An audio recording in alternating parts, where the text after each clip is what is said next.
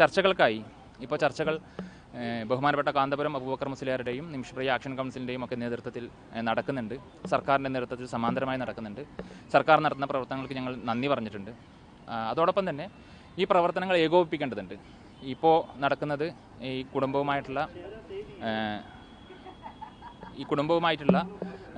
മധ്യസ്ഥ ചർച്ചകളാണ്. അവർക്ക് ആദ്യം നമ്മൾ ഈ പറയുന്ന മാപ്പ് അപേക്ഷ നൽകി കേന്ദ്ര സർക്കാർ മുമ്പാകെ യമനിലേക്ക് യാത്രാനുമതിക്കായി ഒരു അപേക്ഷ നൽകാവുന്നതാണെന്നും ആ അപേക്ഷ നൽകിയാൽ അക്കാര്യത്തിൽ തീരുമാനമെടുക്കാൻ കേന്ദ്ര സർക്കാരിനെ നിർദ്ദേശിച്ചുകൊണ്ടാണ് ഇന്നത്തെ സുപ്രീം കോടതി നടപടിക്രമങ്ങൾ അവസാനിച്ചിട്ടുള്ളത്.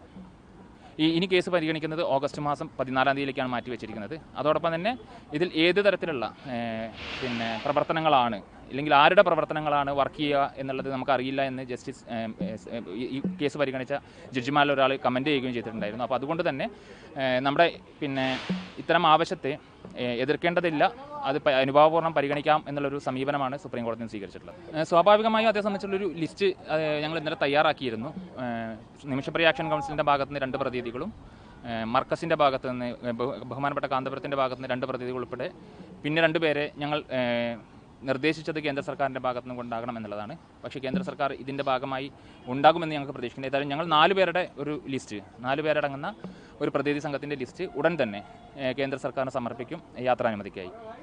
ഇന്ന് കാന്തപുരത്തിൻ്റെ ഇടപെടലിനെ സംബന്ധിച്ച് ഞങ്ങൾക്ക് സുപ്രീം കോടതി മുമ്പാകെ പറഞ്ഞിട്ടുണ്ട്.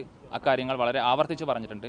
പെറ്റീഷണറുടെ നിമിഷപ്രിയ ആക്ഷൻ കൗൺസിലിൻ്റെ അതിനു വേണ്ടി ഹാജരായ സീനിയർ അഭിഭാഷകൻ 4 തവണ ബഹുമാനപ്പെട്ട കാന്തപുരത്തിൻ്റെ ഇടപെടലിനെ സംബന്ധിച്ച് സുപ്രീം കോടതി മുമ്പാകെ പറഞ്ഞപ്പോൾ ഒരിക്കൽ പോലും കേന്ദ്ര സർക്കാരിന് വേണ്ടി ഹാജരാകുന്ന ഏറ്റവും ഉയർന്ന ലോ ഓഫീസറായ അറ്റോർണി ജനറൽ അതിനെ നിഷേധിച്ചിട്ടില്ല.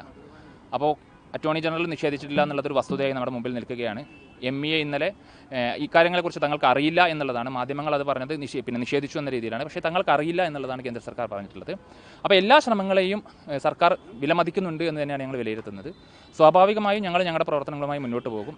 സർക്കാർ സുപ്രീം കോടതി നിർദ്ദേശപ്രകാരമുള്ള അപേക്ഷ ഞങ്ങൾ യാത്രാനുമതിക്കായി നൽകും. അതിൽ സർക്കാർ അനുഭാവപൂർണ്ണം പരിഗണിക്കും എന്നുള്ളത് തന്നെയാണ് ഞങ്ങളാക്കുന്നത്. ഞങ്ങൾ സർക്കാരുമായി ഏറ്റുമുട്ടലിലല്ല ഞങ്ങൾ പോകുന്നത്. സർക്കാരിൻ്റെ കൂടി പിന്തുണ ഞങ്ങൾക്ക് ആവശ്യമുണ്ട്. സർക്കാരിനോട് ചേർന്നുകൊണ്ട് ഞങ്ങൾ തന്നെ വെച്ചിരിക്കുന്നതിനകത്ത് സർക്കാരിൻ്റെ 2 പ്രതിനിധികൾ കൂടി വേണമെന്നാണ് ഞങ്ങൾ ആവശ്യപ്പെട്ടിരിക്കുന്നത്. അപ്പോൾ സർക്കാരുമായി ചേർന്നുകൊണ്ടുള്ള പ്രവർത്തനങ്ങളാണ് മർക്കസ് ആയാലും നിമിഷപ്രിയ ആക്ഷൻ കൗൺസിൽ ആയാലും ചെയ്യാൻ ഉദ്ദേശിക്കുന്നത്. അതിൽ ഈ 2 പേരുടെ കാര്യം ഞങ്ങൾ സർക്കാരിന് മുമ്പിൽ തുറന്നു വെക്കുകയാണ്. സർക്കാരിന് വേണമെങ്കിൽ ഈ സർക്കാരിൻ്റെ പ്രതിനിധികളെ അയക്കുന്നതിൽ ഞങ്ങൾക്ക് സന്തോഷം മാത്രമേ ഉള്ളൂ. സ്വാഭാവികമായും അത്തരമൊരു സമീപനം ഉണ്ടാകുമെന്നുള്ളതാണ് ഞങ്ങൾ പ്രതീക്ഷിക്കുന്നത്. കാരണം സുപ്രീം കോടതിയാണ് കേന്ദ്ര സർക്കാരിന് ഇക്കാര്യത്തെ സംബന്ധിച്ചുള്ള പരിഗണിക്കണം എന്നുള്ള നിർദ്ദേശം നൽകുന്നത്. അക്കാര്യത്തിൽ ഞാൻ നേരത്തെ സൂചിപ്പിച്ചതുപോലെ ആരുടെ പ്രവർത്തനങ്ങളാണ് ഇതിൽ വർക്ക് ചെയ്യുക എന്ന് നമുക്കറിയില്ല എന്ന് സുപ്രീം കോടതി തന്നെ നിരീക്ഷിക്കുന്ന സാഹചര്യമുണ്ട്. അപ്പോൾ അതുകൊണ്ട് എല്ലാവരെയും ഈ ഉദ്യമത്തിന് വേണ്ടി ഇറങ്ങുന്ന എല്ലാവരെയും പോസിറ്റീവായി കാണുന്ന ഒരു സമീപനം സർക്കാരിൻ്റെ ഭാഗത്തുനിന്ന് ഉണ്ടാകുമെന്നും ഞങ്ങൾക്ക് യാത്രാനുമതി ഉടൻ തന്നെ ലഭിക്കുമെന്നുള്ളൊരു പ്രതീക്ഷയാണ് ഞങ്ങൾക്കുള്ളത്.